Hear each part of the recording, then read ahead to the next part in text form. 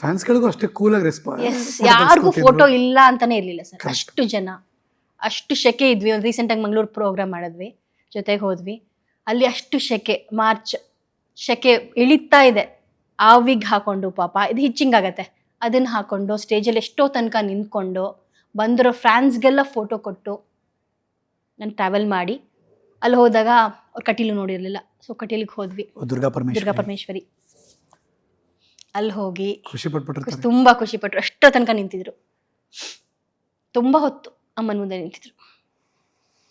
ಅನಿಸ್ಬಿಡುತ್ತಲ್ಲ, ಭಗವಂತ ಕೇಳಿಸ್ಕೋಬೇಕಾಗಿತ್ತು ಅವ್ರ ಮಾತನ್ನ, ಒಂದು ರಿಕ್ವೆಸ್ಟ್ ಕೊಡ್ಬೇಕಾಗಿತ್ತು.